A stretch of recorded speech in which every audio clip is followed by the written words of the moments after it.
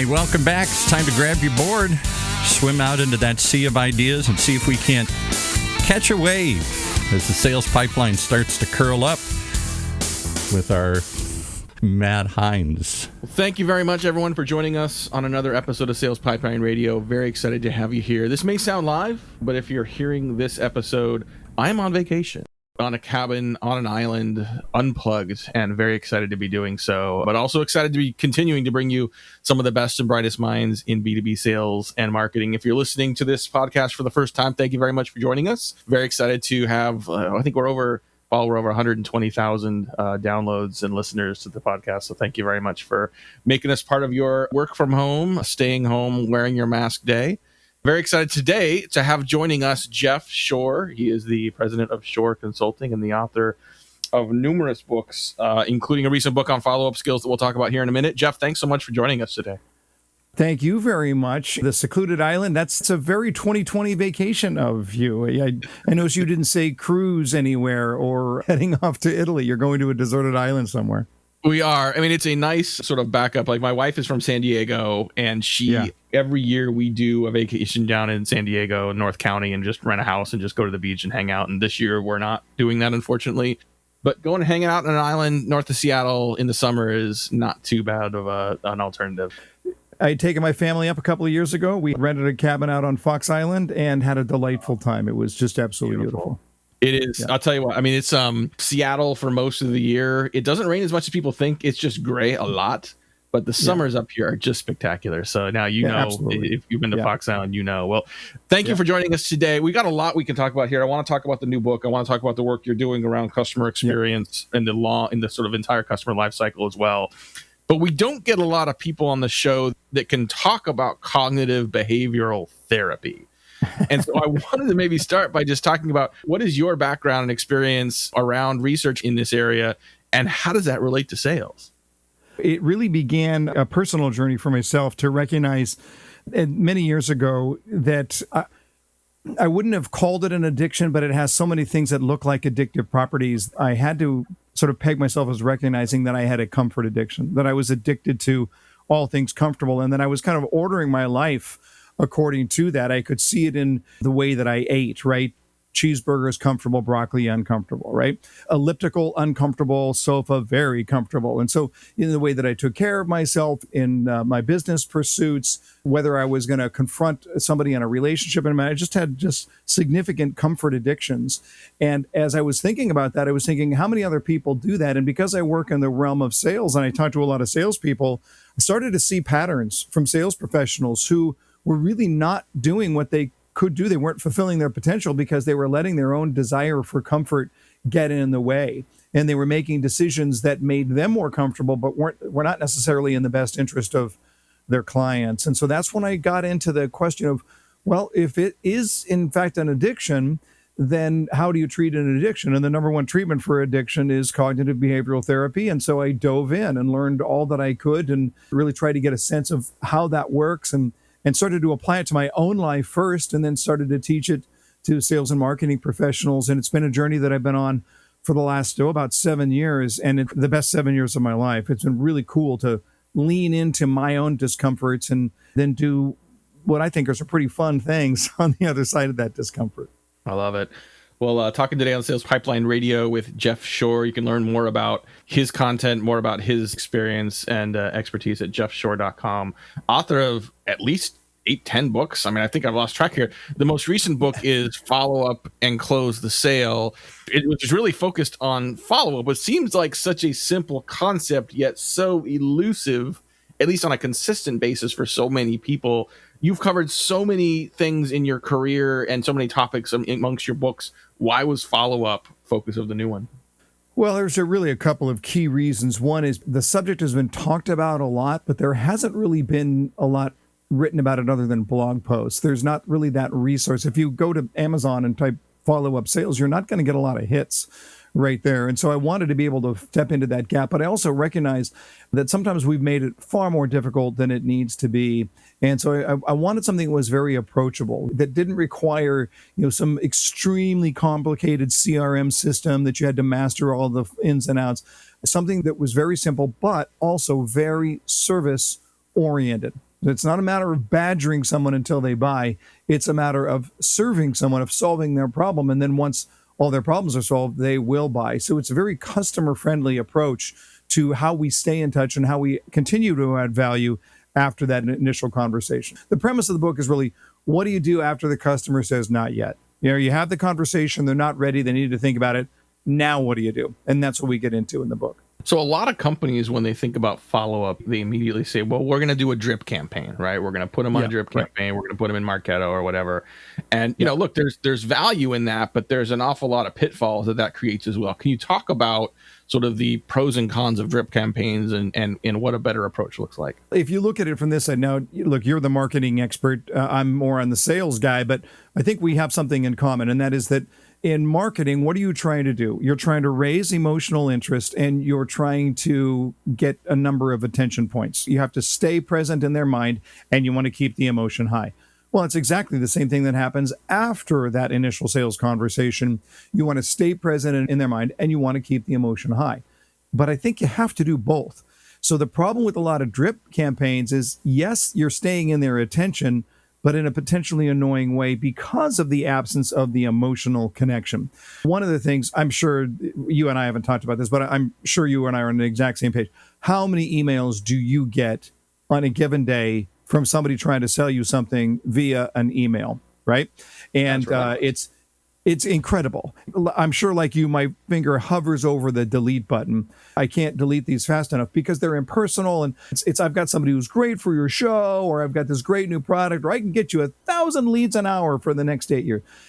But there's nothing personal about it at all. And then they go into a drip. Hey, don't know if you saw my last email, but still would like to talk. And, you know, I don't want to bug you, but boy, do I have a great product. There's no emotional connection. So you are bugging me. So any drip campaign that does not raise the emotional altitude of the prospect is in danger of getting their attention for the wrong reasons. That's the concern that I have, whether it's pre-sale sales conversation or post-sales conversation. Either way, we need to raise the emotional altitude of the customer.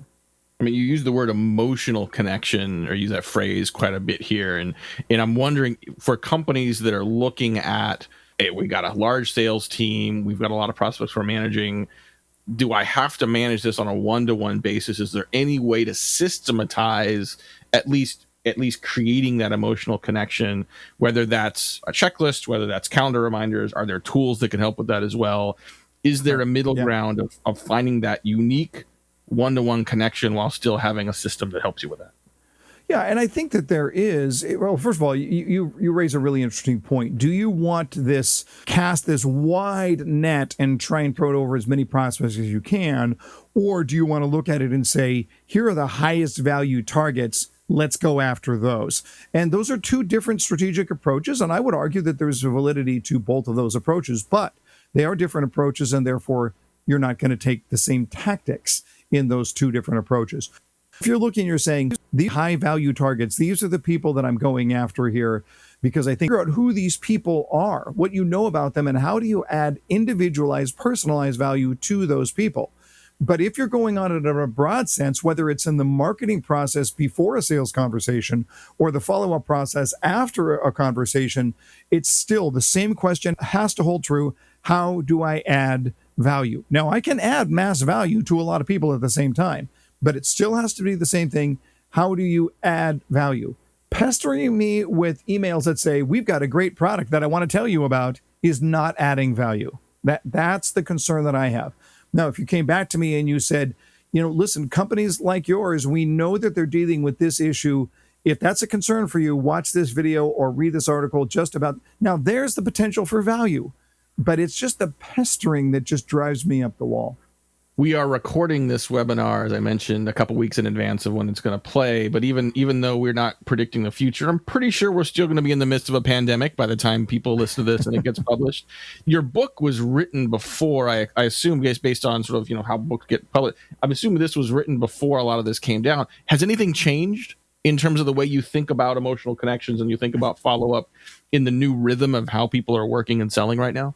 Honestly, it's a great question, Matt. And honestly, it worked out very, very well as far as the book goes, because it's sort of like When Zoom came along, what did they do? They said, hey, Skype, you're not doing this right. We're going to step in and make this really, really user-friendly. Now, they had no idea of the boost that they were about to get because of the pandemic. I feel the same way about the follow-up book because, for example, one of the things that I talk about extensively in the book is the use of video technology and the fact that it should not be cutting edge, but it still is if nobody's using it.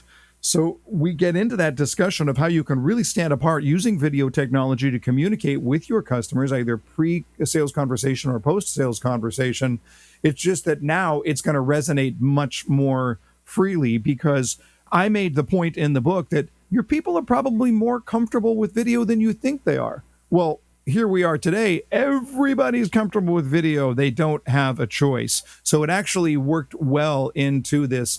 Yes, I would have leaned into it a little bit more if I'd have known what I was up against, but I think it actually sets it up pretty well. I would agree. And I think, real quick before we take a break, I think that emotional connection is something I think people are crave even more right now. It's something that we are naturally wired for as human beings. I think it's something that we feel like we get in a richer way when we're in person and we're in front of people. I don't think Zoom can recreate that in-person element. I think it's one of the reasons why face-to-face selling and events are going to come roaring back once it's safe to do so. But I think if you can find a way in a variety of formats to create that connection, if you can be authentic and natural in the way you do that, I do think, we talked about earlier, you can systematize that. I think you can create a system that puts you in the place to create those emotional connections in an authentic way with some degree of scale and efficiency. We got to take a quick break and pay some bills. We'll be back on Sales Pipeline Radio, more with Jeff Shore after the break. We're going to be talking more about selling, following up, what marketers can do to support these efforts, and more broadly, some work Jeff's doing in the realm of customer experience and customer lifecycle. We'll be right back on Sales Pipeline Radio.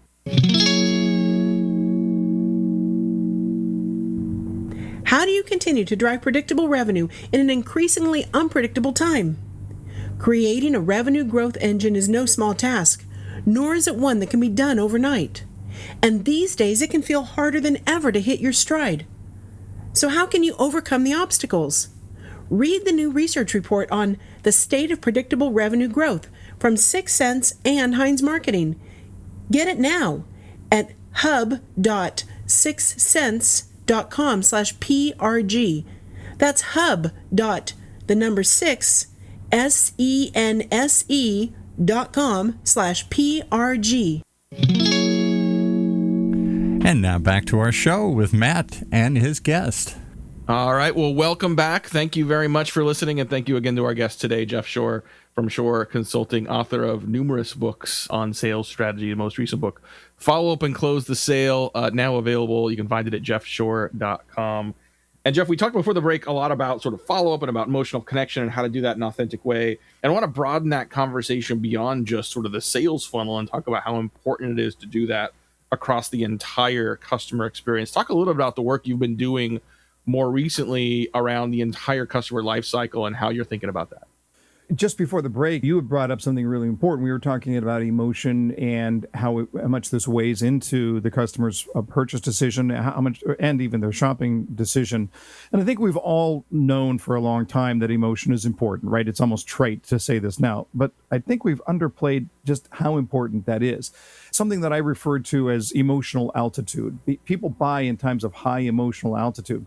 And just like in a marketing campaign to try and get somebody's attention, the death of a marketing campaign is that passive elimination. I eliminate you because I just forget about you, because I don't see you and you don't strike an emotional chord. It's the same thing after you've talked to a customer. If they forget about you because that emotional altitude wanes, and it does, you've got a problem. I had on my podcast, I interviewed the Swedish researcher Martin Lidstrom, and he did something really interesting. He studied people who were making purchase decisions. They were hooked up to a functional MRI. He was reading their brain waves to see what part of the brain was firing. And his research suggests 85% of that decision is emotional, 15% logical. So we make the decision out of the gut, we support it with the brain. So carrying that high emotional altitude is just critical. That's why that it's not just a matter of, do I have a message? It's the question of, does the message spike the emotion? There's a reason why babies and puppies and sex work so well in advertising, because they all appeal to that emotional impulse. Yeah, that's interesting. And I think that there's been plenty of research that I've seen that shows that connection. If you don't put a focus on it throughout the customer experience, it starts to wane after a while, right? And that I think that, it's easy for customers to feel like they're taken for granted, but the seller, the provider, feels like they're just doing their job. We're doing what we said we were going to do. Think about this in terms of relationship, a spouse that no longer feels special because he or she's not being wooed the way that they were during the courting process, right? I mean, same thing happens with sales. And what I've noticed too is the companies that are perceived as doing it well aren't necessarily going over the top. They're just spending a little extra effort doing that. So a little bit can go an awful long way in providing that value, in maintaining and enhancing that emotional connection for a longer period of time. It's interesting. There's just a quick story on that. Before I started writing the book, I was at a conference, sat down next to somebody at lunch. What do you do? You know these conversations, Matt. And she asked me a question because she found out that I was writing a book and that I was about to start writing a book. And she said, let me ask you a question. What do you have more of, time or money? And I'm thinking, okay, that's an interesting question. What do I have more of, time or money? Look, I'm not rich, but there's no question about it. I have more money than I have time. There's no doubt. And she said, well, this is what I do. I write books for people. I'm a ghostwriter. I take your money and I give you time. That's what I'm going to do, because you know how much time it takes to write a book. And I was really intrigued. Just her pitch was fantastic. I just absolutely loved it. I said, I want to take this idea back to my team and let's chat here soon. Never heard from her until I ran into her 3 months later. She's like, you never called me back. And I'm like, I barely remember you at this point. And this is a perfect example of emotional altitude that wanes over time when we do not continue those impressions and continue to spark the emotion. Because I was really excited after that first conversation. I looked at her and I just said, you know what my book is about? You knew, right? It's about following up. And you did not. So how could I, with any integrity, consider using you for this project? And just trying to turn it into a lesson for her. But this is what we're talking about. When that emotional altitude wanes because they just forget about us, it's the death of any potential for converting that sale. That's such a great story. And I think what she could have done to potentially get that deal was not necessarily create some massive piece of content for you or spend an hour researching what you're up to. It was simply like, hey, that was a great conversation. What's our next step? It's just remembering to connect the dots again, to have the conversation, to keep the conversation going forward. Is it that simple? I mean, could you literally just say, okay, could you set something on your calendar that says, look at people I talked to a week ago, a month ago, and make sure you follow up? I mean, is it as simple as just a starting point to just create a system that just reminds you of who to follow up with when? Yeah, it's such an important question. And this is where we marry marketing, sales, follow-up. It all comes together. Too often we think that each contact sits in its own silo. And so I'm going to do this, and then my CRM tells me 2 weeks later that I'm going to do that, and then I got to send this article. I would argue that the better way to look at this is one long story. This is a continuing narrative from my first impression that I make on that customer over here, all the way through that lead gen process, to that conversation that we're going to have face-to-face, the follow-up afterwards. There's an arc to this narrative, and every conversation sets up the next conversation, and that conversation begins by hearkening back to the last conversation. I always think you're better off if you've got a theme here that allows you to pick up where you left off and to reconnect along these lines. And again, going back to my story, there was a 3-month lag since I had talked to this person without any connection at all. There was nothing that tied in that emotion or carried it forward. So essentially, we had to start all over again. And by that point, she couldn't get that emotion where it needed to be. And I was like, nah, I'll just do this myself. Well, just a few more minutes here with our guest today, Jeff Shore, who's written multiple books, including a new book you definitely got to check out at jeffshore.com.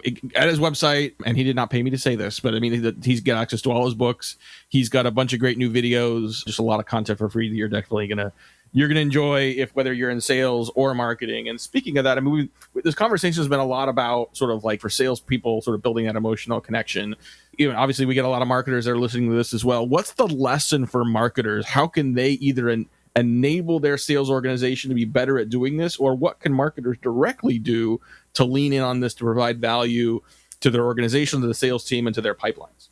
Well, I think it's probably a little pithy to say know your customer, but it's the same problem in marketing and sales. In my mind, is that we tend to approach either our marketing or our sales message from here's what I have to offer versus here is what you really need. So if we don't really understand that customer deeply enough, and I think the issue is that oftentimes on the marketing side, and I know this is true for my business, I look at the world and I say, okay, these are the societal shifts and this is what's happening over here. And I've got a lot of clients in the real estate space. So what's happening with urban movement right now? And are we going to see a massive shift into suburbia? And what does the Atlantic have to say? And what does Forbes have to? That's all well and good. But there's nothing like sitting in somebody's living room, or at least now having a conversation via Zoom and talking directly to consumers about their experience. Because even when you look at where we're at right now through this pandemic and how we're negotiating through shelter in place and quarantine and everything else, I can guarantee you, if you had one-on-one individual conversations about what your target market is going through, it would be very different than what we're seeing. Big data is important. Right now, I would argue that small data is more important. What is the individual experience of people? This is where focus groups right now have never been so important. They've never been so important as to be able to address the emotional aspects of what people are going through today. Last question for our guest today, Jeff Shore. This has been a different year than I think all of us expected. I know you spend a lot of time normally on airplanes and are probably on fewer flights this year than normal.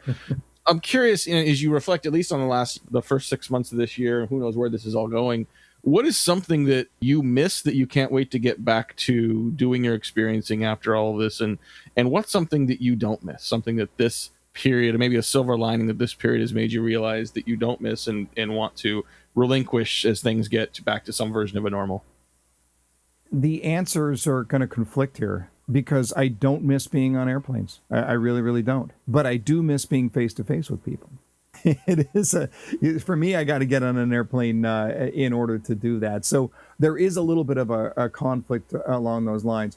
But having said that, when I'm reflecting back on the last 4 months, I think I find, and I think most of our audience is probably feeling the same way, over the last 4 months, I've spent a lot of time making stuff up. Right? People ask me a question like, what do I do about this? Well, we're going to do this and we're going to do this. And then afterwards, it's like, is that right? I don't even know if that's right.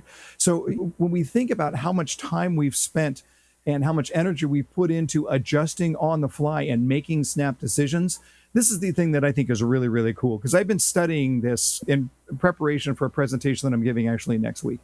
Your intuition is better than you think it is. And the idea to make snap decisions is actually what makes you more valuable to your organization. We get into this imposter syndrome where we look and we go, I'm dealing with stuff that I've never had to deal with before. I'm making it up on the fly. Are people going to figure it out? Are people going to learn that I'm just basically faking it right here? No. That is your intuition at work. And you're making that decision. You're not making it in a vacuum. You're going through your brain. You're comparing every experience you've ever had in this database, and you're making the call. The worst thing you can do is not to make the call. So I just argue that it would be unwise for sales leaders and marketing leaders to be outguessing themselves too much. Your intuition is stronger than you think it is. Well, I think that's a great way to wrap up. I know you're not on airplanes as much, but you are crazy busy and your time is super valuable. I really appreciate our guest today, Jeff Shore, for joining us. If you liked his message and want to share this with others in your organization, maybe your sales leaders or other people in your leadership team, you can find a replay on demand of this episode, as well as all of our episodes at salespipelineradio.com. Thank you very much for joining us. I may be sitting on an island somewhere doing nothing, maybe even taking a nap, but I appreciate you joining us. We'll be here again next week at 11:30 Pacific, 2:30 Eastern. On behalf of my great producer, Paul, this is Matt Hines. Thanks for joining us for another episode of Sales Pipeline Radio. You've been riding along on the Sales Pipeline right here on the Funnel Radio Network. For at-work listeners like you.